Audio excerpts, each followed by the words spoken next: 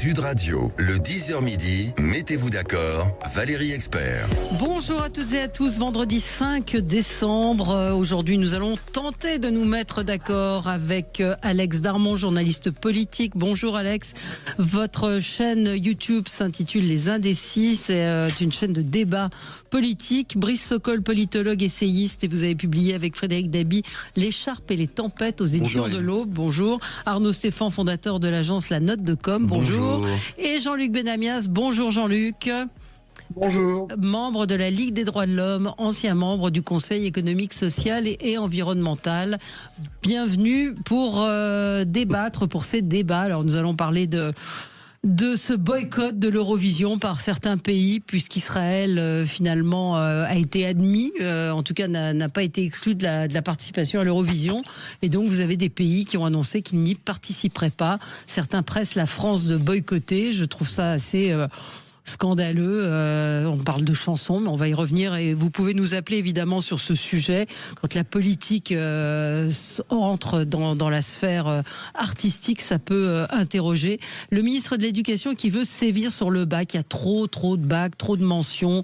Le niveau d'obtention du bac est trop haut et le niveau trop bas. C'est-à-dire dans le Parisien ce matin, avec ce paradoxe, le bac est haut et en même temps les profs du supérieur se plaignent d'un effondrement du niveau de copie truffé de fautes d'orthographe et d'incompréhension.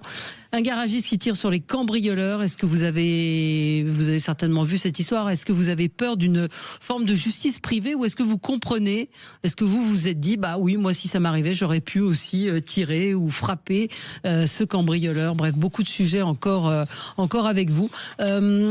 Moi, j'avais envie de commencer avec cette interrogation. Donc, on doit faire des économies. Alors, est-ce que vous savez où les ministres vont faire des économies? Est-ce que vous avez entendu? Non. Pas de carte de vœux à Noël. Pas de carte de vœux dans les ministères pour faire des économies. Alors franchement, en 2025, j'ai envie de dire, on nous prend pour des cons. Enfin franchement, c'est epsilon. Alors vu au prix auquel ils achètent les ampoules et les chaises, je me demande à quel tarif sont les cartes de vœux. C'est peut-être un budget en fait. C'est vrai, mais c'est quand même pas grand-chose. Alors vous allez me dire c'est de l'ordre du symbolique, mais enfin je pense que les Français sont pas dupes de ce genre de com. Enfin franchement, ça m'a paru totalement grotesque. Je vous en ai pensé, Alex. Oui, c'est grotesque, mais c'est habituel. Après, bon, voilà, je sais pas quoi vous dire. Est-ce qu'on aura un budget d'ici envoyer des cartes de vœux? Je suis même pas sûr. Enfin, normalement, si, quoi qu'il arrive.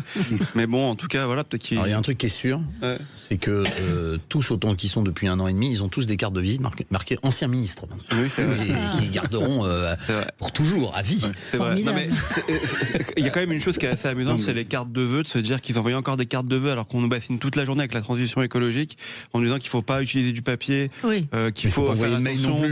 Oui, mais d'accord, mais à la limite, c'est de la pollution numérique. Vous pouvez plus facilement la supprimer si vous êtes vous-même écologiquement responsable.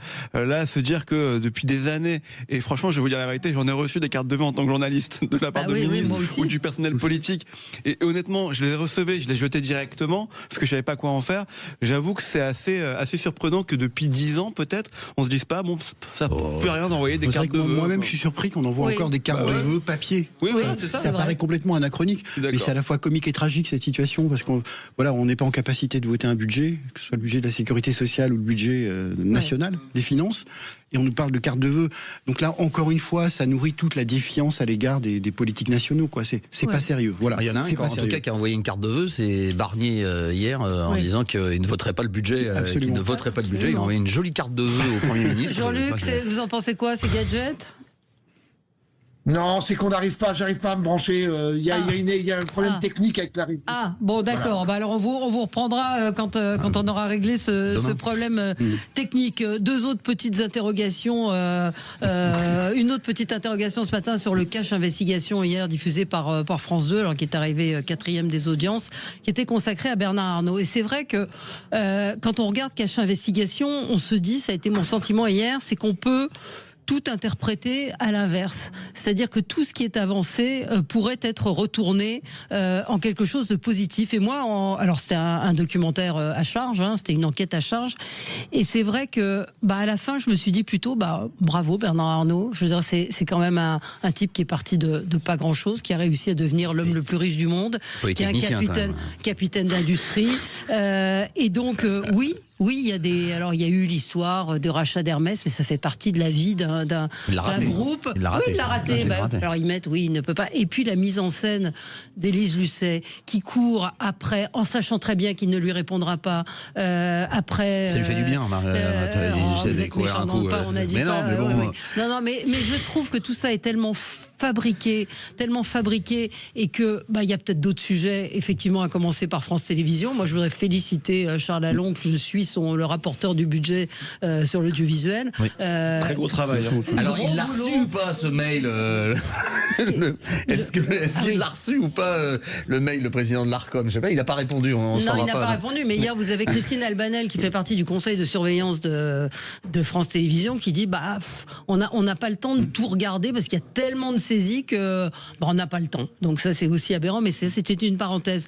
Mais c'est vrai que je vais vous lire le tweet de François Monboise, qui dit dans tous les pays du monde, la télé publique serait fière de voir un concitoyen avoir créé le numéro 1 mondial du luxe. En France, tu devines que Cache Investigation a tourné un reportage bien à charge. Et effectivement, c'était à charge. Et moi, en regardant le truc, je me suis dit que c'était biaisé, encore une fois, dans la manière de présenter les choses. Valérie, on nous fait croire que ce genre de reportage représente ce que souhaitent et ce que veulent les Français. Mais c'est tout le contraire. Les Français sont fiers d'avoir un Bernard Arnault, ils sont fiers d'avoir une entreprise française qui rayonne dans le monde entier, ils sont fiers que cette entreprise crée de l'emploi en France. Ouais. On parle de souveraineté aujourd'hui, on parle de patriotisme économique. Eh bien, monsieur Arnault symbolise tout ça. Ouais. Et les Français voudraient qu'il y ait plus de gens comme ça qui créent de l'emploi et qui créent de la valeur dans notre pays et qui rayonnent dans le monde entier. Ouais. Le luxe, comme la gastronomie, sont des valeurs françaises. Et on ne peut pas toujours, il y a toujours une frange de la population par jalousie, par dépit, par démagogie, qui veut toujours tirer sur nos modèles. C'est curieux parce qu'ils font rarement de reportages sur les affaires africaines de M. Pigas, qui est leur copain quand même. Ouais. Et il serait, c'est curieux, parce que qu'est-ce qu'il fait en Afrique, M. Pigas? On peut en parler ou pas? Ils n'en parlent jamais, ça, en revanche.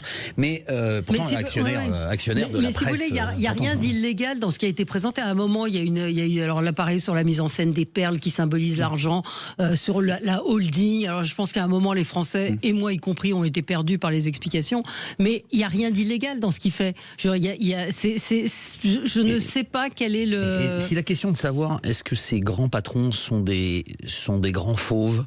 La réponse est oui. Bien sûr. Que vous ne faites pas un empire comme ce qui est devenu LVMH en faisant des réunions des groupes de parole et des arbres à palabres. Il y a un moment donné, vous êtes obligé, en effet, quelquefois, d'être un peu dur, un peu virulent. Est-ce que le groupe LVMH est un modèle total? J'en sais rien. On a en France la chance d'avoir deux énormes groupes que sont L'Oréal et LVMH. On aurait quand même tort de s'en passer. Moi, je pense qu'il y a un sous-titre qu'on voit peut-être pas tout de suite. C'est celui, en vérité, de ce qui est en train de devenir le paysage médiatique français. Monsieur Bernard Arnault est un opérateur très important des médias. Il va peut-être devenir encore plus important, peut-être dans les années qui viennent. Peut-être qu'il aura lui-même des chaînes de télé en propre. Il possède le Parisien, les Échos, le Paris Match. Voilà. C'est un opérateur c'est donc un opérateur, c'est comme ça qu'on appelle, dans les médias. Et il commence à devenir très important. Il a un appétit, on sait. Il s'était intéressé à d'autres journaux, notamment Le Figaro, et puis peut-être même à des projets audiovisuels. Ouais. Et qu'on va dire que c'est pas vraiment dans la tessiture de nos amis de Cache Investigation, dont on rappelle qu'ils ne sont pas le service public, ils sont une boîte de production externe qui vend ses produits à France Télévisions. Après, il y a un choix qui est d'acheter les produits de cette maison de production, mais ce n'est pas en interne. On croit souvent que c'est en interne, c'est pas en interne. C'est une maison de production externe. Après, moi, je l'ai pas vu le reportage, donc j'ai pas envie de dire que c'était bien, pas bien. Il en faut, comme dirait l'autre, pour tous les goûts. Et si le service public veut faire ce genre de reportage, il les fait. Mais sur LVMH, qui est certain, c'est que c'est quand même 40 000, je crois, collaborateurs en France. Direct, 40 000 collaborateurs directs en France, 200 000 dans le monde. Ouais. Je crois que c'est 180 000 personnes qui travaillent indirectement pour LVMH, rien qu'en France. Et c'est effectivement une vraie réussite dans tous les secteurs, qu'on le veuille ou qu'on le veuille pas. Récemment, le groupe LVMH, alors pas directement, mais a racheté un club de football parisien, qui est le Paris FC. Quand vous savez que le PSG est détenu aujourd'hui par le Qatar, on devrait être fier de se dire qu'un autre club parisien est détenu par une fortune française aussi. Je pense que c'est important, toutes ces choses-là. Il y avait dans le point de départ était une barbouzerie, enfin ce qu'on pourrait appeler une barbouzerie, c'est-à-dire la demande par LVMH, enfin barbouzerie, le mot est peut-être un peu fort, mais la demande. Non, mais LVMH a demandé effectivement à espionner François Ruffin. Il y a eu un procès, donc tout ça est présenté dans le doc. Donc il y a des choses effectivement qui sont peut-être. S'il y a des choses à raconter, médiatiquement vrai, pourquoi pas? Mais ce que je veux dire, c'est que c'est l'abattage systématique de trouver à chaque fois, si vous voulez, effectivement, vous allez trouver dans la vie de chacun d'entre nous des choses qui vont pas. Ce qui serait intéressant, Valérie, c'est de prendre tous les sujets qui ont été faits par Cache Investigation ou complément d'enquête et de voir à qui s'intéresse et s'il y a un vrai équilibre. Ça, j'en sais rien, je l'ai pas fait. Si effectivement les sujets qui remontent quand même énormément chaque semaine, ce sont des sujets qui sont, on va dire, d'un côté de l'échiquier à chaque fois. Voilà, vous voyez la semaine dernière, le sujet qui a été fait sur CNews, cette semaine, le sujet qui est fait sur Bernard Arnault. C'est vrai qu'il y a une accumulation en ce moment de faits et de côtés, mais ça ne veut pas dire qu'ils ne le feront pas de l'autre côté, j'en sais rien. Jean-Luc, vous l'avez regardé ? Non. Non, mais je connais à peu près l'histoire. Le VHV, c'est une énorme boîte. Je pense pas qu'ils soient très choqués par rapport à ce qui leur arrive. Moi, je trouve normal que des émissions comme Cache Investigation fassent de l'investigation. Évidemment, quand on fait de l'investigation, on trouve des affaires plus ou moins importantes. Celle qu'a vécu Monsieur Ruffin est une affaire relativement importante, en tous les cas pour lui et pour ses sociétés.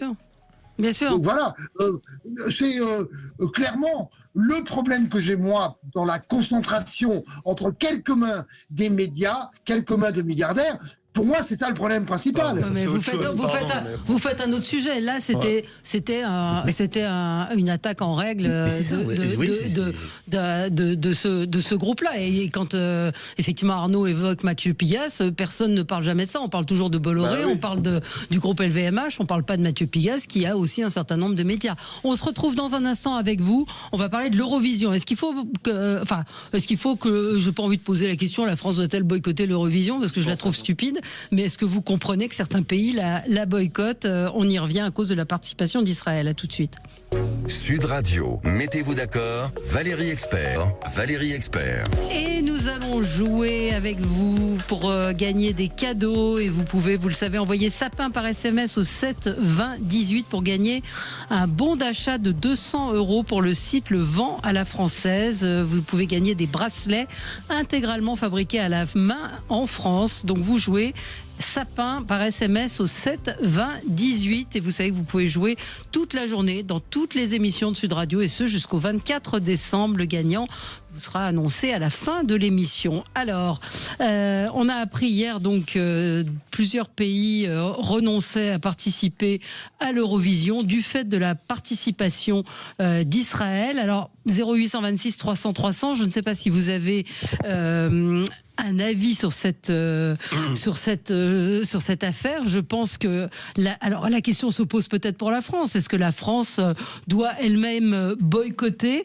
Une large majorité des membres sont convenus qu'il n'était donc pas nécessaire de procéder à un nouveau vote sur la participation d'Israël. Et vous avez donc plusieurs pays, dont l'Espagne, les Pays-Bas et l'Irlande, qui ont décidé de boycotter cette édition. Est-ce qu'elle risque d'être annulée ? On attend vos réactions, Alex. Vous en pensez quoi ? Je trouve ça ridicule. Ouais. Vraiment, je trouve ça ridicule. Je peux pas vous dire ça autrement. Boycotter maintenant, à quoi ? D'abord, maintenant, à quoi ça sert ? Premièrement, cette année. Deuxièmement, je crois que les années précédentes, les résultats ont prouvé que les Européens, dans leur globalité, voulaient voir Israël participer à ce concours.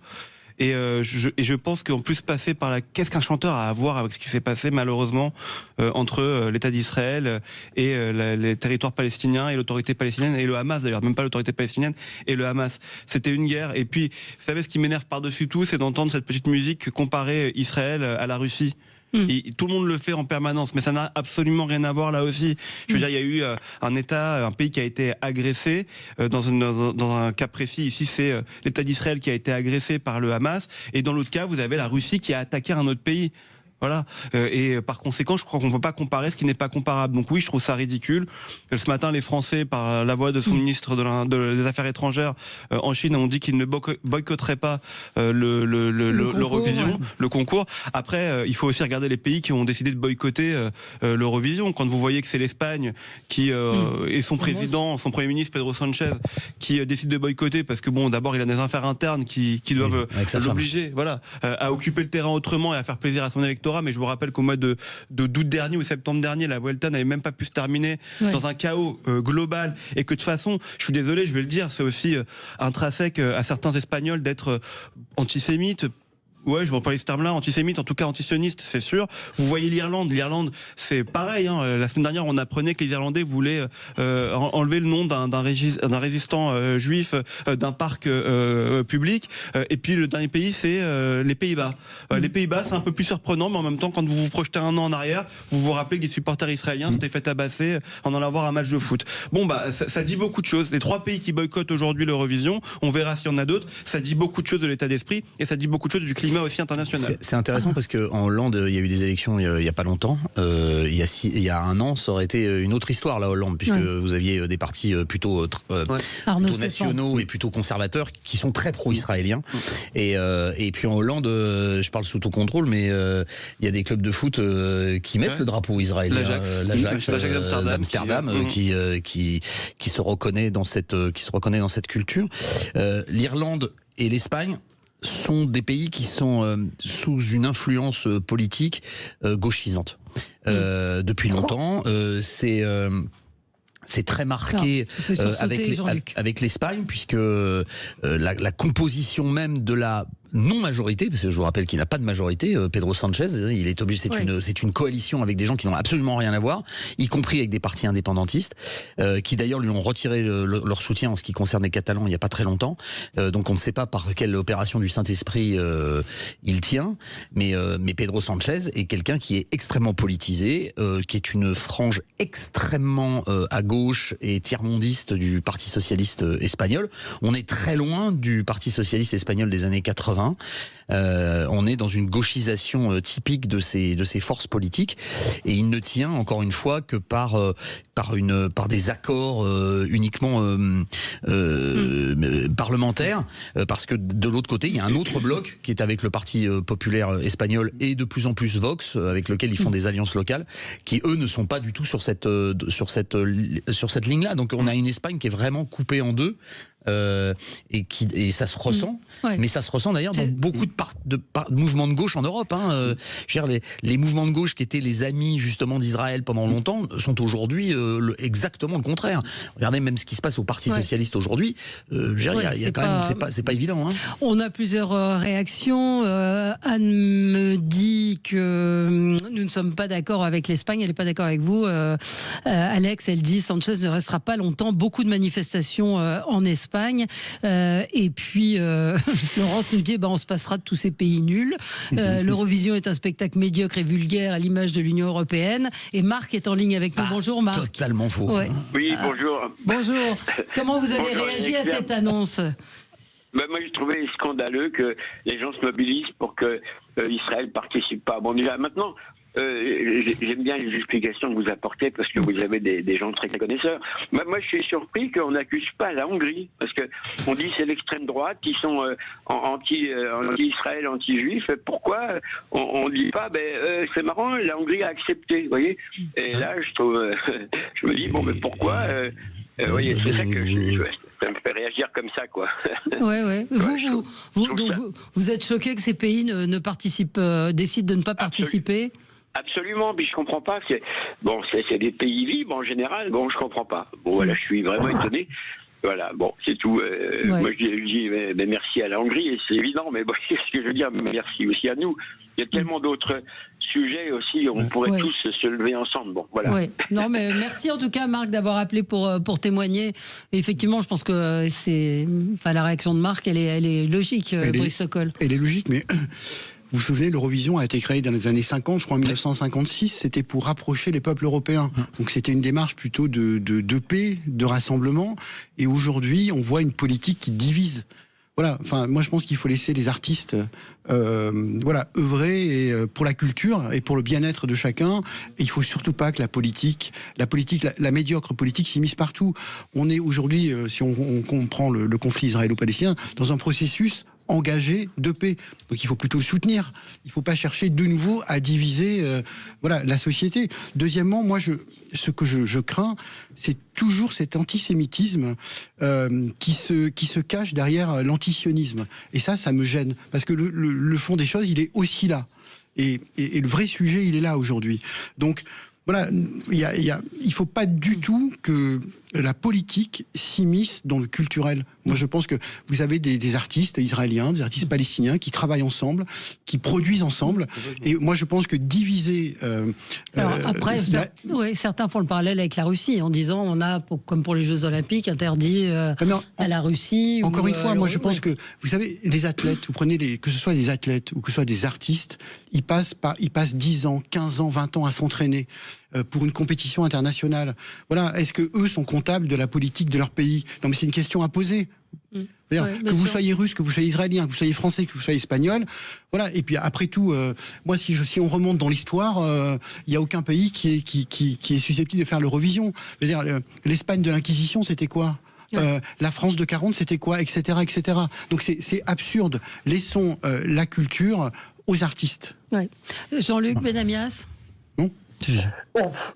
Première chose, ça n'étonne personne que Israël soit membre de l'Union européenne, mais bon, c'est pas grave. Ça s'appelle l'Eurovision. Bon, sujet annexe, on va le dire comme ça. Il y a l'Australie, il y a la Turquie, il y a l'Azerbaïdjan, il y a l'Arménie. Bon. Et Jean-Luc, je vais juste te répondre à ça, Jean-Luc. S'ils sont membres de l'Eurovision ou des compétitions européennes, c'est parce que d'autres continents n'acceptent pas qu'ils viennent jouer ou participer avec eux. Ça m'a pas vraiment échappé. Bien. Après, moi, je veux bien qu'on annonce que les Pays-Bas ne sont plus un pays démocratique, l'Espagne n'est plus un pays démocratique, l'Irlande n'est plus un pays démocratique. C'est pas ce qu'on t'a dit. C'est ce que j'ai entendu, je vous permettez. Donc je continue. Moi, je pense que ce sont des pays démocratiques et que la France, par rapport à sa gestion politique en ce moment, on n'a pas beaucoup de leçons à donner à d'autres pays. Je parle de la France et de l'État français aujourd'hui, dans la façon dont un gouvernement minoritaire dirige le pays, ou essaye de diriger le pays. Donc, je reviens à l'Eurovision. Moi, par rapport à l'Eurovision, que Israël y participe ou pas, ça me laisse indifférent. Eh ben, merci tout ça pour ça. Mais la question... Mais non, mais... Ça va, merci. J'ai le droit il a le droit de... Non, mais on n'a pas compris. Je sais pas si personne n'a suivi sur ce plateau. J'ai pas entendu le dernier mot, Jean-Luc, moi. Non, il a dit, en gros, il s'en fiche qu'Israël participe ou ne participe pas. C'est ça. D'accord. Merci beaucoup, Valérie. C'est ce que j'ai dit. C'est ce que vous avez dit, mais certains demandent, comme Manon Aubry, par exemple, elle dit c'est officiel. Israël participera à l'Eurovision malgré la colonisation et le génocide. C'est une honte. Boycott Eurovision 2026. On peut mettre de la politique partout, je suis d'accord, c'est possible. Manon Aubry le fait, eh ben il le fait. Je n'ai pas envie de mettre de la politique partout. Non, on est d'accord. Donc on est d'accord. On se retrouve dans un instant. On va parler de ce qui s'est passé, ce garagiste qui a tiré sur son cambrioleur. On peut faire le rapprochement également avec cette femme dont on a parlé hier, qui a fait déloger les squatteurs par la force. Est-ce qu'on est en train d'assister à la montée d'une sorte de justice privée? 0826 300 300. Est-ce que vous comprenez le geste de ce garagiste? Est-ce que vous vous êtes dit, bah tiens, moi aussi, ça aurait pu m'arriver? À tout de suite. Cette année, la radio officielle du Père Noël, c'est Sud Radio.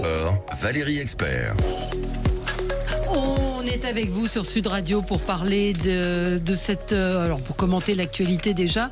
Et puis ce garagiste qui a tiré sur son cambrioleur, c'est dans l'Isère. C'est un mineur de 15 ans qui a été blessé. Ça s'est passé dans la nuit du 1er au 2 décembre. Moi j'ai vu les différents reportages où les citoyens, les habitants de cette ville... 1500 habitants.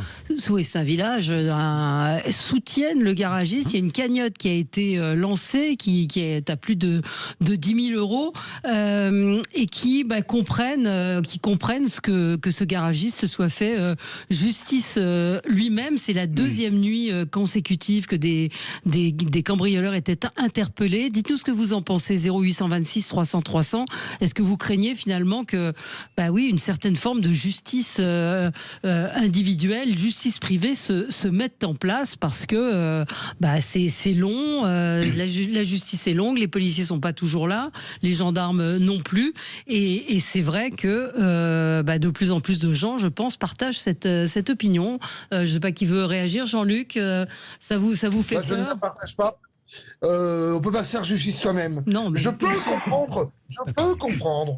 Évidemment, quand les gens sont agressés directement chez eux, qu'on agresse leurs biens ou qu'on agresse leur personne, je peux comprendre. Mais clairement, vous voyez bien la société dans ces cas-là. Comment on peut gérer une société si chacun se fait justice soi-même? Ça n'est pas possible. Oui. Brice, non, ce sujet... Vous l'avez évoqué dans votre livre, oui. La sécurité dans les villages des maires, vous en parlez dans le livre. C'est le sujet numéro 1 aujourd'hui. Dans le cadre, on est à 3 mois des élections municipales. Cette thématique de l'insécurité est le premier des sujets qui apparaît chez nos concitoyens. Tant à l'échelle nationale qu'à l'échelle locale. C'est un sujet qui est transpartisan aujourd'hui. C'est-à-dire que vous soyez électeur de gauche ou électeur de droite, vous mettez la sécurité. C'est la première de vos préoccupations. Troisièmement, les gens font maintenant le lien entre insécurité et justice. Oui. C'est-à-dire qu'avant, ça se cantonnait à la police. Et aujourd'hui, les gens vous disent, voilà, l'insécurité, c'est un sujet qui concerne à la fois la police et la justice. Et troisièmement, voilà, ce que constate une majorité de gens, mais dans les campagnes comme dans les banlieues populaires ou les villes, c'est un État qui est défaillant. Et donc cet État défaillant en matière de police et de sécurité redonne la patate chaude aujourd'hui aux collectivités locales qui montent des polices municipales, mais qui n'ont pas toujours les moyens de pouvoir exercer cette compétence, qui reste une compétence de l'État. Donc le sujet, il est là. Et vous avez beaucoup de concitoyens qui vous disent aujourd'hui, nous, on voit très peu de gendarmes, on voit très peu de bleus, ne serait-ce que voir de la présence policière, tant municipale que nationale, en proximité, ça rassure les gens. Donc oui, il y a bien, depuis plusieurs années, pour des raisons budgétaires, peut-être pour d'autres raisons, une défaillance de la politique nationale en matière de sécurité des biens et des personnes. Oui, Alex.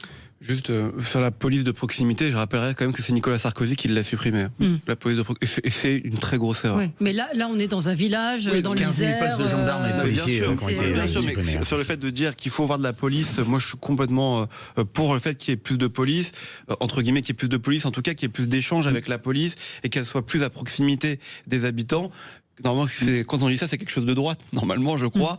Mais c'est quand même Nicolas Sarkozy qui a tout explosé à la suite de 2007, lui qui a été normalement Monsieur Sécurité à l'époque. Après, sur l'histoire de ce garagiste qui a tiré sur ce mineur, qui le cambriolait, d'abord, il faut se réjouir sur le fait qu'il n'y ait pas de mort.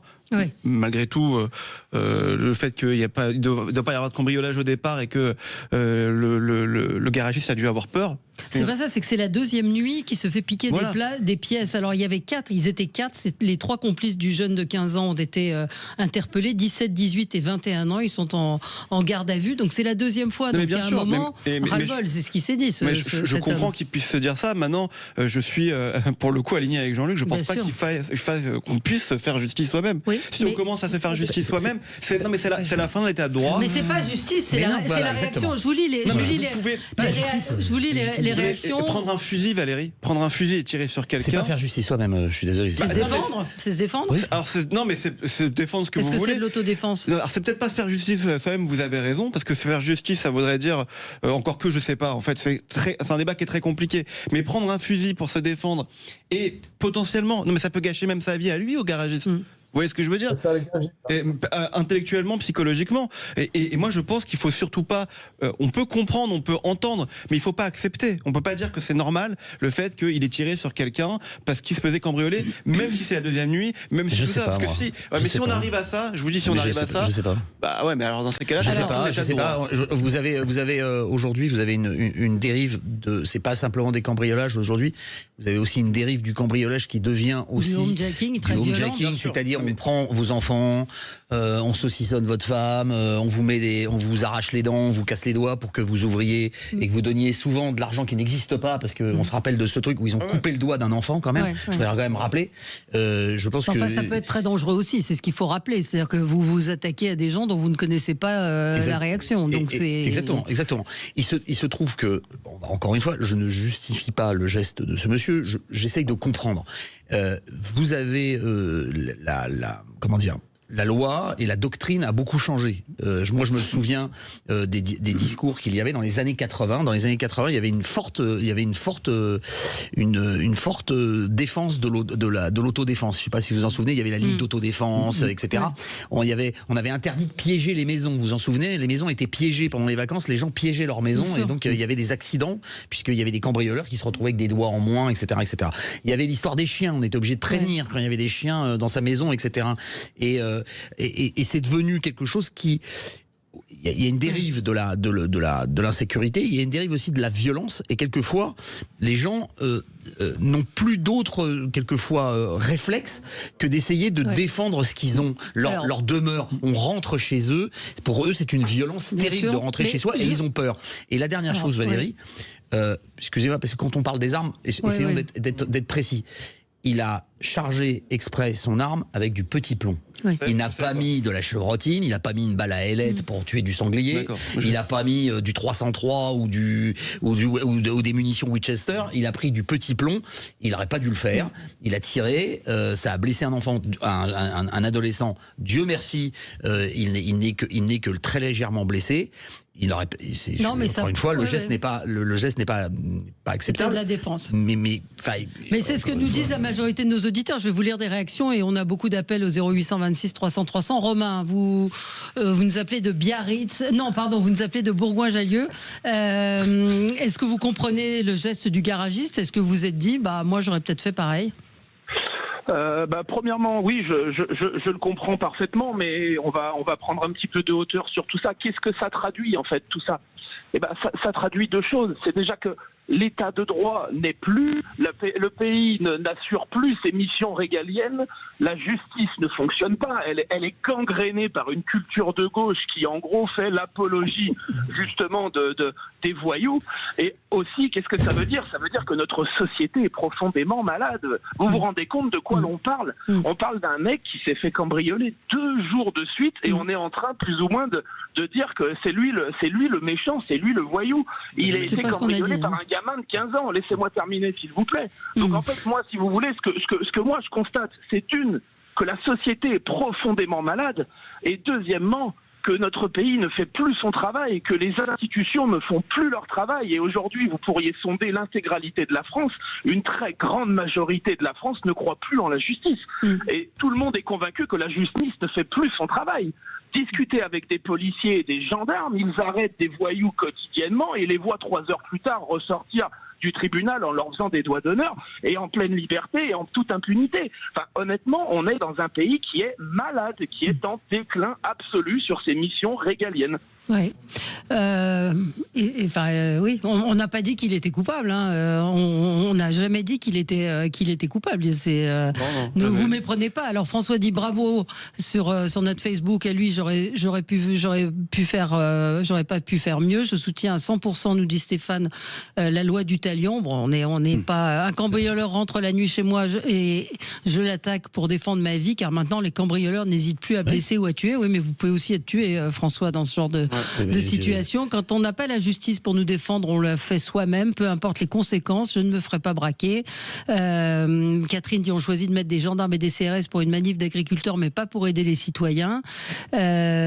Faut qu'on se laisse faire, non. Et puis un autre témoignage, on ne se fait fait la justice, on se défend puisqu'on ne parle, on ne peut plus compter sur la maréchaussée. Délai d'intervention chez moi dans l'Hérault, 30 minutes minimum, combiné à la recrudescence des homejacking dans les communes voisines. J'ai décidé d'acheter une arme non létale, catégorie D, pour défendre ma famille en attendant une potentielle arrivée des forces de l'ordre. Voilà un échantillon des très nombreux témoignages que nous avons. Et nous aurons également Jean-Pierre en ligne avec nous. À tout de suite. Sud Radio. Sud Radio. Parlons vrai. Parlons vrai. Sud Radio. Parlons vrai. Le 10h midi, mettez-vous d'accord, Valérie Expert. Alors, on va prendre Jean-Pierre dans un instant. Christine Bouillot, qui nous écoute, m'envoie plusieurs articles qui racontent d'autres histoires sur ce type de défense. En Guyane, par exemple, il tue son fils en croyant tirer sur un voleur. Un enfant de 8 ans a été tué. Entendant du bruit, l'habitant a cru à un cambrioleur et a tiré à travers la porte. Son fils est mort sur le coup. Et à Rieux-la-Pape, le travesti croit surprendre un cambrioleur et tire sur son fils venu régler ses comptes. Donc il y a aussi des accidents qui se produisent quand on possède des armes. Stéphane me dit les vidéos d'autodéfense et d'armes non létales les vues n'ont jamais autant explosé sur YouTube. Donc voilà, c'est un vrai sujet. Jean-Pierre, vous êtes en ligne avec nous, vous nous appelez de Saint-Gaudens. On vous écoute. Oui, bonjour. Bonjour. Je vous appelle, à Vive côté les de ours. Saint-Gaudens. Je vous appelle parce que je suis ulcéré, de voir ce qui se passe dans ce pays en ce moment. Moi, je suis un ancien agriculteur, je fais partie des gens qui sont, je ne vais pas dire pillés, mais à qui on nous pique des clôtures, on nous pique de tout tous les jours. Alors, on a l'État qui nous pique du pognon, même avec des petites retraites, et les délinquants qui nous pillent tous nos biens. Et on trouve anormal que les gens se fassent justice. Dans ce pays, il faut qu'on comprenne qu'un homme, c'est un animal. S'il n'est pas éduqué, il fait n'importe quoi. Donc, tous ces délinquants, je ne dis pas qu'il faut qu'on leur tire dessus, mais tant il n'y aura pas des sanctions, moi, j'en ai eu une sanction déjà toute faite. Un délinquant qu'on attrape à faire ça, on lui fout un boulet de 100 kilos au pied, on le met dans la montagne à nettoyer, parce que la montagne est en train de s'emboiser, de se salir. Vous voyez, je dis ça, voilà, ça n'est des solutions. Il faut arrêter d'agresser les gens honnêtes, parce que nous sommes agressés. C'est le sens des différents messages que nous recevons. Vous voulez dire quoi, Jean-Pierre Brissot-Col? On se met en colère facilement. Moi, dimanche soir, je suis allé voir un match de rugby, dimanche après-midi, avec une vieille bagnole, là, qui va très bien, ceci, cela. J'ai oublié de la passer au contrôle pollution de 3 mois. Mais moi, j'ai pris 90 €. Ouais. C'est plus commode de me foutre 90 € à moi, qui touche 1000 € de retraite par mois, que de faire quelque chose à un délinquant. Alors, il ne faut pas qu'on s'étonne si les gens, parce qu'à un moment donné, nous sommes des hommes, hein. On est entiers, nous aussi. Moi, si un merdeux de 15 ans vient chez moi, le joueur article derrière, il va les gratter quand il va repartir. On voit bien l'image, Jean-Pierre, mais ce que vous dites, c'est ce qu'on ressent. Je l'ai raconté il y a 15 jours. Moi, je me suis pris un PV pour 5 minutes de dépassement de rodateur. Je paye à chaque fois mon stationnement. Et quelques jours avant, j'arrivais à Orly, où vous avez une horde de faux taxis qui sont là, et il ne se passe rien. Donc vous vous dites... Moi, je suis le pigeon qui paye ses impôts, qui fait les choses. Oui, d'accord, j'étais en faute, j'ai dépassé de 5 minutes, je me suis pris 50 € d'amende. Et vous avez des faux taxis qui sont là à attendre à Roissy ou à Orly et qui se moquent de vous, parce que comme j'ai le sang chaud, un peu du sud-ouest aussi, je les ai insultés et ils en ont rien à foutre. Ils m'ont ri au nez en me disant en quoi ça vous regarde. Bah si. Merci Jean-Pierre de nous avoir appelé. Brice. Non, ce que révèle votre auditeur et ce que vous dites, c'est vraiment ce sentiment d'injustice qu'éprouve une majorité de Français, plutôt classe moyenne, qui ont le sentiment de tout bien faire et qui finalement considèrent que voilà, le voisin fait mal et on lui dit rien. C'est ce sentiment d'injustice qui crée la colère. Voilà. Et ce sentiment d'injustice, il est partout dans la société.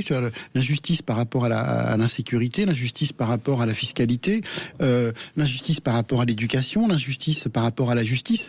Les gens ne veulent revenir juste à du bon sens.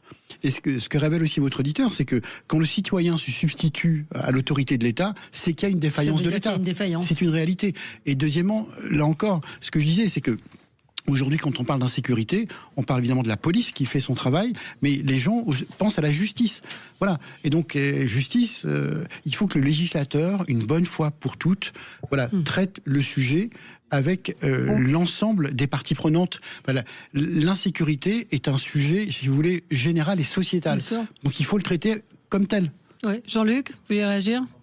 Et pourtant, les prisons n'ont jamais été aussi pleines. Elles débordent de partout. Alors, on pourrait dire qu'il n'y a pas assez de prisons, c'est possible. Qu'il faudrait des prisons différenciées, c'est possible, en fonction des actes qui sont commis ou qui ne sont pas commis.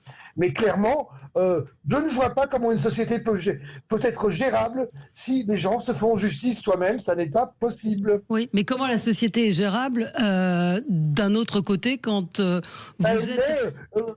Valérie, il y a de plus en plus de policiers.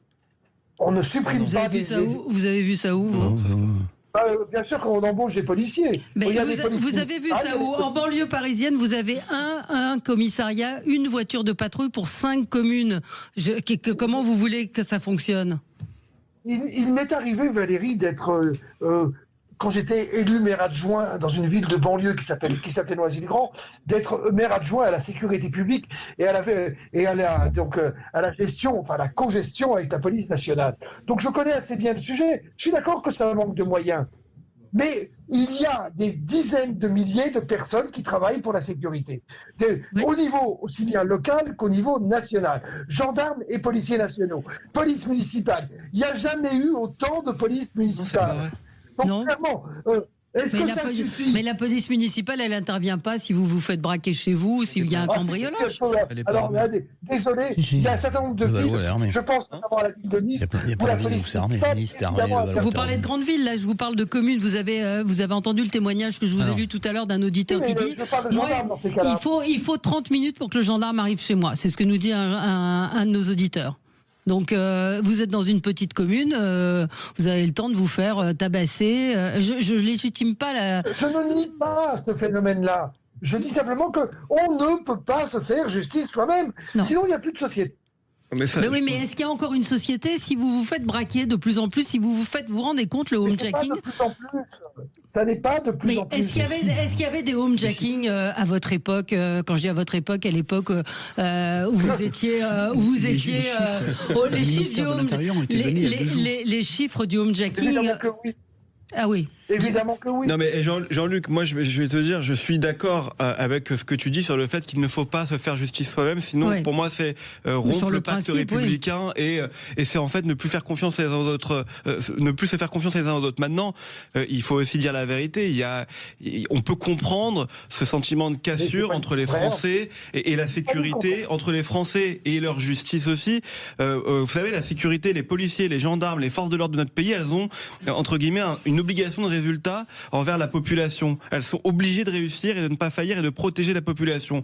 Je ne sais pas si on peut dire la même chose du côté de la justice. Voilà. La justice, malheureusement, il faut aussi le dire, elle est quand même extrêmement politisée. Il y a une séparation des pouvoirs que moi je défends. Attends, laisse-moi finir. Je t'ai écouté. Moi, non mais juste laisse-moi finir. Il y a une séparation des pouvoirs que je défends de tout mon être entre le pouvoir judiciaire et le pouvoir politique. Mais si, il y a une politisation de certains, pas de tous, mais ça compte, de certains magistrats. Et je parle pas des histoires politiques, Nicolas Sarkozy, Le Pen, ce que tu veux. Je parle pas de ça. Je parle aujourd'hui de ce qui se passe de la justice du quotidien. Il y a une certaine politisation de la justice. Quand tu vois que le syndicat de la magistrature, qui est le syndicat le plus important, tient un stand à la fête de l'humanité. Mais si, non, c'est la vérité. Quand tu vois qu'il tient un stand à la fête de l'humanité tous les ans, il pèse 20%. Le syndicat de la magistrature, mais j'ai pas dit 100%, je t'ai dit ça. L'UPM, syndicat majoritaire. Mais peu importe, c'est lui qui représente les magistrats auprès du pouvoir politique, Jean-Luc. C'est lui qui va rencontrer le ministre de la Justice. Non, c'est l'UPM c'est l'UPM et le syndicat majoritaire. Soyons sérieux quand même. Soyons sérieux. L'UPM est un syndicat totalement démocratique qui est extrêmement large, politiquement extrêmement large si on veut parler politique, syndicalement extrêmement large. C'est eux qui sont majoritaires. Attends, je te donne un exemple, Jean-Luc. Jean-Luc, je te donne un exemple et on terminera par là. Quand tu as, c'est des décisions, je parle des décisions de justice qui sont tout à fait consultables. Quand tu as des mineurs ou majeurs, je sais plus, qui dans une mairie d'une petite ville de France vont arracher le portrait du président de la République au-dessus, dans la salle principale, et que le juge dit, réclame le principe de la veuve et l'orphelin et les libère en disant bon bah voilà, il y avait un état de nécessité, c'est ça la veuve et l'orphelin, c'est un état de nécessité, et qu'il les libère. Tu peux comprendre aujourd'hui que certains Français se disent mais c'est complètement fou en fait. C'est complètement fou. C'est vraiment de l'interprétation personnelle en permanence. Et donc, je suis désolé, mais ça a aussi un impact sans doute sur le quotidien des Français aujourd'hui. Quand on lit les commentaires que vous recevez, quand on entend les appels que vous avez sur Sud Radio, on peut pas faire comme si de rien n'était. Il y a une cassure et il y a une incompréhension de la part de certains Français envers la part de certains magistrats ou certains juges. Et il faut qu'on en parle, il faut qu'on mette les choses sur la table. C'est vrai que ça ne peut pas forcément, ça ne peut pas justifier que la France devienne le Far West. Non, bien sûr, mais ça, je suis quand même d'accord. On se retrouve dans un instant et nous vous donnerons le gagnant ou la gagnante de notre jeu tout de suite après. Et puis on va parler avec vous justement de voitures. Vous avez, il y a un coup de gueule qui concerne les voitures et le contrôle technique. Jean-Luc, vous auriez pu réagir à l'appel de Jean-Pierre. On y revient dans un instant avec vous. Restez avec nous sur Sud Radio. Sud Radio, mettez-vous d'accord, Valérie Expert. Le 10h midi, mettez-vous d'accord, Valérie Expert. On est ensemble avec vous jusqu'à 11h30 pour les débats. Et à 11h30, nous recevrons Pierre Arditi dans l'émission Média avec Jules Gansman. Pour commenter l'actualité, Jean-Luc Benamias, membre de la Ligue des droits de l'homme, ancien membre du Conseil économique, social et environnemental, Alex Darmon, journaliste politique, votre chaîne YouTube de débat, votre chaîne sur YouTube Les Indécis, une chaîne de débat politique, Brice Sokol, politologue, essayiste, et vous avez publié avec Frédéric Dabi L'écharpe et les tempêtes aux éditions de l'Aube, et Arnaud Stéphane, fondateur de l'agence La Note de Com. Vos coups de cœur, vos coups de gueule, on va commencer peut-être avec vous, Brice Sokol. C'est un coup de gueule qui va toucher, je pense, nos auditeurs. Ça concerne la malbouffe. Ça concerne la malbouffe. Vous savez que le gouvernement devait enfin sortir la fameuse stratégie nationale pour l'alimentation, la nutrition et le climat la semaine dernière. Elle devait être sortie en 2023. Eh bien, c'est un échec. Elle est toujours pas sortie. Et le vrai sujet, c'est bien évidemment l'alimentation ultra transformée. Voilà, qui a été mise à mal dans cette stratégie. Alors, les industriels sont évidemment montés au créneau pour essayer d'amoindrir la législation. Mais le sujet, ça porte le sujet de la malbouffe et de toute cette alimentation ultra transformée en France. En France, c'est à peu près aujourd'hui 31% de l'alimentation et de l'alimentation transformée. Aux États-Unis, c'est 60%. Et tous les chercheurs nous alertent sur ce sujet. Bien parce sûr. Que cette nourriture ultra transformée, c'est ce qu'on appelle la malbouffe. Voilà. Si vous voulez, c'est le pire modèle pour la santé, pour l'environnement, mais c'est un bon modèle pour les entreprises, et notamment l'industrie agroalimentaire. Donc à un moment où on vote un déficit de la sécurité sociale de plus de 20 à 25 milliards, on pourrait quand même se poser la question de qu'est-ce qu'on a dans nos assiettes. Parce que le vrai sujet, c'est que cette malbouffe, elle entraîne quoi? Des risques de surpoids et d'obésité. Vous savez, il y a quasiment un Français sur deux qui est en surpoids aujourd'hui. Des maladies cardiovasculaires qui se multiplient, du diabète, notamment du diabète de type 2, et des symptômes dépressifs. Donc, on ne peut pas laisser le marché et les industriels de l'agroalimentaire face à ce sujet qui est la malbouffe. Il faut une prise de conscience nationale. Ça doit être une grande cause nationale. Et d'ailleurs, moi, je suis pour ce que fait le député Ramos à l'Assemblée nationale, qui est très porté sur ces sujets-là. Oui, contre pour les jambons. Sur ces sujets-là. Moi, je suis pour des étiquettes. Que les gens sachent, les aliments bruts qui sont minimalement transformés, qu'on ait des étiquettes pour les ingrédients culinaires transformés, pour les aliments transformés et pour les ultra transformés, que les gens sachent ce qu'ils mangent. Voilà. Et les conséquences que ça peut avoir. Hier soir, à l'Assemblée nationale, ça ne vous a pas échappé. Dans le débat sur le projet de loi de finances de la sécurité sociale, les députés ont rejeté les étiquettes du Nutri-Score. Du Nutri-Score. Exactement. Non mais, c'est hallucinant. Ouais, c'est du grand n'importe quoi. Dans un pays de la gastronomie comme la France, dans un pays agricole comme la France, que l'on fasse la promotion de la malbouffe, moi, je trouve que, encore une fois, ce en même temps est insupportable. Et ce en même temps a des conséquences sur la santé de nos concitoyens. Oui, absolument. Ben, vous avez raison. Après, il y a aussi une éducation, bien sûr, une éducation à l'alimentation. Mais on devrait l'avoir déjà dans les écoles primaires, l'éducation au goût. Voilà, par exemple, l'éducation à la saine alimentation, l'éducation à l'hygiène, etc., etc. Vous savez, le linguiste Alain Bentolila me racontait, j'avais du mal à le croire, qu'en dernière année, je crois que c'est en maternelle ou en CP, des élèves ne connaissaient pas le mot salade. C'est-à-dire que ça ne leur disait rien. C'est-à-dire qu'ils n'en ont jamais mangé. Et j'avais vraiment du mal à le croire, et pourtant c'est vrai. C'est salade, ça n'évoquait rien pour eux, ni l'image, ni le mot qu'ils n'avaient jamais entendu. On a un problème, c'est aussi un problème c'est un problème fondamental de société. C'est pas uniquement un problème de pouvoir d'achat. Certains disent oui, c'est bidon ça. Ça c'est bidon. Je sais. Parce qu'on peut manger sainement. La différence avait été faite et c'était vraiment pas grand-chose.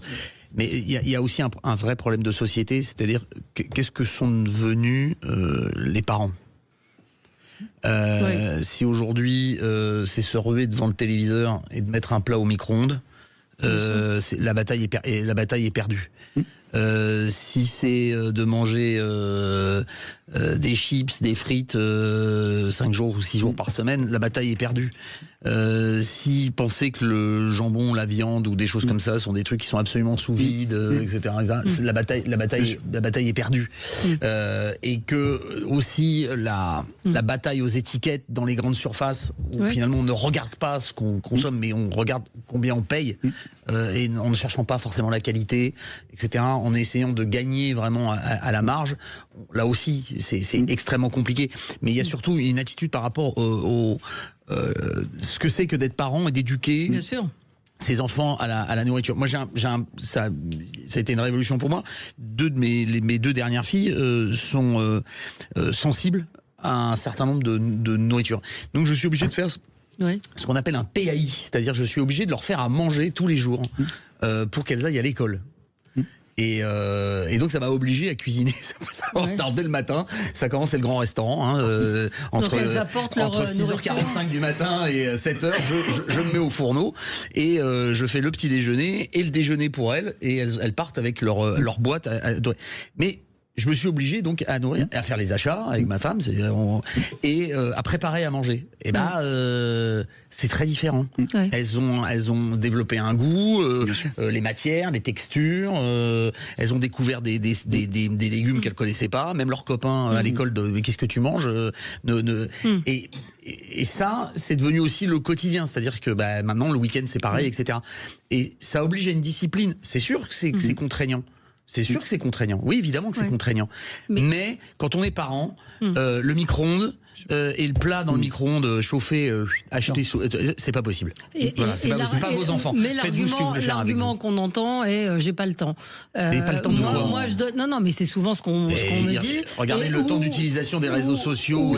Non, mais j'ai pas le temps ou j'ai pas d'argent. Mais j'ai pas d'argent. Quand vous achetez de la soupe en briques, ça vous coûte plus cher que d'acheter un poireau, 2 carottes, une pomme de terre pour faire une soupe. Ça vous coûte. C'est une hiérarchie des priorités. Encore une fois, comme je suis obligé de faire attention à la nourriture de mes enfants, j'achète des animaux qui n'ont pas mangé un certain nombre de choses, puisque elles sont sensibles au blé notamment, donc qui ne sont pas nourris au grain, mais qui sont nourris à l'herbe. Et vous savez quoi, le prix en commande sur internet, vous commandez votre bœuf, vous commandez tout le reste. Donc pourquoi vous commandez? C'est livré en chrono fraîche, chez vous, avec votre viande qui a été nourrie, qui est bien traitée aussi. C'est pas des animaux qu'on fait des centaines de bornes en camion avant d'être abattus dans des conditions horribles. C'est très bien fait et il n'y a aucune différence de prix au kilo. C'est pas une question de prix. Mais voilà. Il n'y a pas de différence de prix au kilo. Peut-être un mot, Jean-Luc, sur ça, sur la malbouffe, sur le problème de transmission. Marie me dit, moi j'ai toujours cuisiné pour les enfants et maintenant ils sont indépendants, ils arrivent par me demander des recettes. Jean-Luc? Je différencie les familles qui ont forcément, malheureusement pour elles, peu de moyens. Oui, mais c'est eux qui achètent le plus de malbouffe, Jean-Luc. Bien sûr. Mais c'est bien ce que je suis en train d'expliquer, Valérie. Allez-y. Le plus de malbouffe, parce que la malbouffe, évidemment, souvent, elle est à des prix évidemment inférieurs à ce qu'on appelle la bonne bouffe. Non, c'est pas vrai. Non, c'est pas vrai. Non, c'est faux. C'est faux? Non, c'est pas vrai. C'est faux? Ok, allons-y. Je veux bien qu'on me contredise, pourquoi pas. Non, mais moi, je pense que... Vous achetez un kilo de pommes de terre, ça coûte quoi 2 € si je suis à peu près... ça dépend. 2 € avec un kilo de pommes de terre, vous faites des pommes de terre sautées, des pommes de terre à l'eau, vous n'êtes pas obligé d'acheter des chips qui vous coûtent 3 ou 4 € le paquet. Donc, votre argument de la malbouffe, je trouve qu'il ne tient pas. Je veux dire, d'acheter des lasagnes surgelées, ça coûte plus cher que de faire des pâtes, de faire une sauce, d'acheter des tomates et de faire une sauce tomate. Moi, je trouve que Alors, attendez, laissez finir Jean-Luc. Je suis pas d'accord. Non, mais là, j'y arrive plus. Je vis dans un territoire à Marseille où je vais dans des supermarchés ou des hypermarchés. Je vois très bien ce que la difficulté qu'ont un certain nombre de personnes dans le pouvoir d'achat qu'ils ont et dans les achats qu'ils font. Alors qu'ils fassent des mauvais choix, c'est bien, c'est grandement possible. Mais ça ne suffit pas à répondre à tout cela. Oui, il y a un problème, évidemment, de pouvoir d'achat quelque part. Pour beaucoup de personnes. Et bien sûr que certaines personnes, qui même si elles n'ont pas des moyens gigantesques, arrivent à trouver des méthodes, notamment en passant par de ce qu'on appelle des AMAP, des produits achetés directement chez l'agriculteur. C'est possible, mais c'est pas le cas général. Et clairement, quand j'entends aussi qu'on attaque à ce niveau-là, et j'ai entendu ça tout à l'heure, que les instituts ne font pas leur travail, l'éducation nationale. C'est pas les instituts, c'est les parents. Si. C'est les parents qui font pas leur boulot. Un enfant qui sait pas ce que c'est qu'une salade en maternelle, ça veut dire que c'est les parents qui leur ont pas jamais filé de salade à manger. Enfin, j'ai entendu parler tout à l'heure de nourriture, par exemple, de nourriture prise dans les cantines scolaires. Eh bien, beaucoup de cantines scolaires font beaucoup d'efforts de pédagogie. Mais sa fille est malade. Ses filles sont malades. Ça n'a pas de rapport. C'est pas ce qu'on a dit non plus. On n'a pas critiqué les cantines scolaires. J'ai entendu ça tout à l'heure. Non, vous n'avez pas compris. Vous n'avez pas compris, Jean-Luc. Pardon de vous dire ça. Je crois avoir compris. Je pense encore avoir de bonnes oreilles. Non, il a précisé très, pardon, Jean-Luc. Je faisais des PAI, c'est-à-dire que Arnaud Stéphane a expliqué qu'il était obligé de cuisiner parce que ses filles ont des intolérances. Et ben voilà, mais on n'a pas critiqué les cantines. À aucun moment on a critiqué les cantines scolaires. La cantine de l'école est vachement bien. Il a même un compte Instagram. Des super.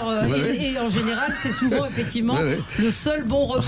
Mais là où on n'est pas d'accord, c'est que je pense que le fait maison coûte moins cher que la bouffe ultra transformée. J'en suis persuadée. De faire un 4 quarts. Mais je suis d'accord, Valérie, avec ça. Mais le fait maison, il faut avoir le temps de faire du fait maison. Vous lâchez votre portable et vous arrêtez de regarder L'amour est dans le pré et vous faites des gâteaux. Non mais il n'y a donc pas de salariés, notamment de femmes seules avec enfants, qui ont des difficultés parce qu'elles travaillent la nuit, parce qu'elles ont des métiers tôt le matin et tard le soir. Il n'y a pas de problème avec ça. Ça existe réellement dans la société quand même. Je l'invente pas. Oui. Et comment je fais, moi ? Bah oui, mais comment je veux dire. Non mais on sera pas d'accord. Il faut qu'on marque une pause et on se retrouve dans un instant et nous aurons notre gagnante. On l'a, notre gagnante, c'est Chantal. Bonjour Chantal. Oui, bonjour. Bonjour, d'où nous appelez-vous ? Je m'appelle d'un petit village de Nord-Douze, à 20 km au sud de Strasbourg. Ah bah écoutez, on est ravis d'avoir des auditeurs alsaciens et vous gagnez donc ce bon d'achat de 200 € pour le site Le Vent à la Française. Vous pourrez choisir des bracelets qui sont ornés de l'iconique rose des vents qui sont le symbole du voyage, de la liberté et de l'aventure. Voilà, merci d'être fidèle à Sud Radio, Chantal. Et nous, on se retrouve dans un instant avec vous pour parler de bagnole. À tout de suite. Sud Radio, mettez-vous d'accord, Valérie Expert. Sud Radio, parlons vrai. 10h midi, mettez-vous d'accord, Valérie Expert. De retour dans le studio de Sud Radio avec vous, juste Jean-Luc. On se disait, c'est très stigmatisant de dire les pauvres mangent mal parce qu'ils sont pauvres. C'est pas. J'ai regardé le paquet. Écoutez-moi, le paquet de chips, c'est 10 € le kilo. La purée mousseline, c'est de l'ordre de 5 € le kilo. Je veux dire, vous achetez des pommes de terre, vous en trouvez partout à 1 € le kilo. Donc c'est pas vrai. Vous pouvez manger sain pour moins cher. Je parle kilo toujours. Pardon ? Je n'ai pas dit le contraire. Je dis simplement que certaines personnes, et j'ai cité ces personnes, n'ont pas le temps nécessaire pour faire cela. C'est pas vrai. C'est pas vrai. Vous trouvez le temps. Si vous voulez dire que ces gens-là ont tort, je vous réponds, Valérie, oui, ils ont tort. J'essaye d'expliquer les réalités telles qu'elles sont structurelles. Le temps, c'est quoi ? Vous prenez 3 pommes de terre, vous les mettez dans de l'eau bouillante, vous allez vous faire les ongles, vous allez faire les devoirs des enfants. Elles cuisent en 10 minutes, 20 minutes les pommes de terre. Vous avez des pommes de terre, machin. Éplucher une pomme de terre, ça prend 3 minutes. C'est pas une question de temps. Faut-il que la maman soit là ? Autant faut-il que la parentalité, notamment je parle de femmes qui travaillent tard et tôt le matin et tard le soir, encore faut-il qu'elles soient là. Et ce cas-là, c'est pas les cas. Elles sont chez elles. Non, bon, on va arrêter le sujet. En tout cas, là où on est d'accord, c'est que la malbouffe, ça suffit. Les aliments les aliments qui sont, c'est quoi le mot exact? Transformés, surtransformés, c'est mauvais pour la santé. Là-dessus, tout le monde est d'accord. Arnaud, vous aviez un coup de gueule. Oui, j'ai un coup de gueule parce que un rapport est sorti avec des chiffres très inquiétants sur les voitures sans permis. Les voitures sans permis sont devenues un moyen de faire beaucoup d'accidents et des accidents de plus en plus graves. On s'aperçoit que ces voitures sans permis qui se sont multipliées dans nos villes et notamment conduites aujourd'hui par des très jeunes personnes, puisqu'on peut conduire à partir de 17 ans, 16 ans, produisent de plus en plus d'accidents et surtout, elles créent de plus en plus de décès. C'est-à-dire que y a un sentiment de sécurité comme si on était dans une vraie voiture et on s'aperçoit, parce qu'il y a des crash tests qui ont été réalisés, qu'en vérité ces voitures sont extrêmement fragiles, surtout dans une circulation dans des grandes villes ou sur des routes départementales. Mais surtout, c'est que c'est une nouvelle source de létalité. Et ça, c'est très grave. Ouais. C'est très grave parce que ça vient aussi en complément des autres moyens de locomotion qui ont vu le jour ces dernières années avec le fait que les centres urbains étaient pleins, le fait que on a besoin de se déplacer plus vite. Et je vise notamment ce que sont les trottinettes électriques. Alors avant que notre ami Benamias s'énerve, je viens en vélo. Hein, vous vous en souvenez, Valérie, je viens en vélo et je suis avec les casques de mes enfants. Je les emmène en vélo à l'école. Donc j'ai un vélo électrique mais je fais attention. Et aujourd'hui, on s'aperçoit que, par exemple, la trottinette électrique, il y a 46% de décès en plus entre 2023 et 2024, qu'il y a des blessés de plus en plus graves, et même à tel point, je travaille avec des gens qui sont dans le métier, dans les professions de santé. Il y a même quasiment une nouvelle école de chirurgie qui s'est créée parce que les blessures qui sont liées notamment au vélo et aux trottinettes électriques font des angles de cassure de membres qui sont totalement innovantes. Et donc on est obligé de revisiter la façon dont on a de réduire les fractures. Et donc c'est un vrai souci. Et je pense que les mini-voitures électriques, les trottinettes électriques, on mériterait peut-être de sensibiliser les gens à ce que c'est d'avoir un moteur entre les mains et ce que c'est que la force cinétique. Quand je vois des gens qui, dans Paris ou dans les grandes villes, il n'y a pas qu'à Paris, sont sur les trottoirs avec des trottinettes électriques, alors qu'il y a des enfants qui sortent des immeubles, il y a des personnes âgées, etc.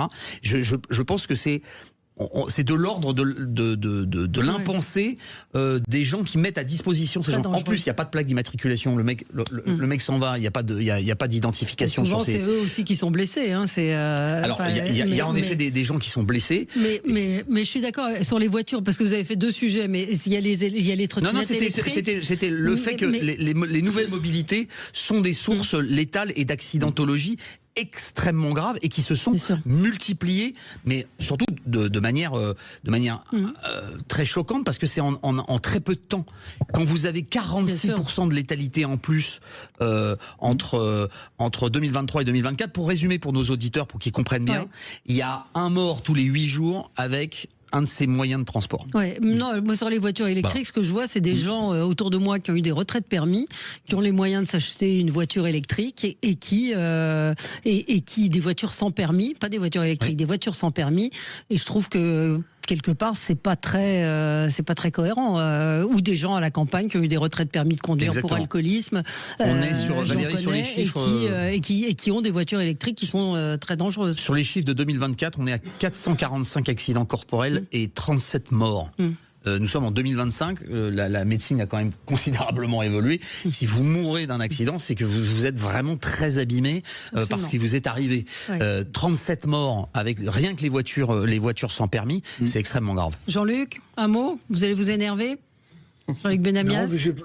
Je suis pas plus énervé que ça. Vous savez, c'est pas très facile d'être dans une émission comme Sud Radio aujourd'hui avec le téléphone portable à la main. C'est vrai, c'est vrai. Parce que vous êtes à distance, vous êtes à Marseille et c'est pas évident. Mais vous avez. Non, mais comme le système marchait pas directement sur l'ordinateur, c'est quand même vraiment compliqué. Donc je suis pas énervé.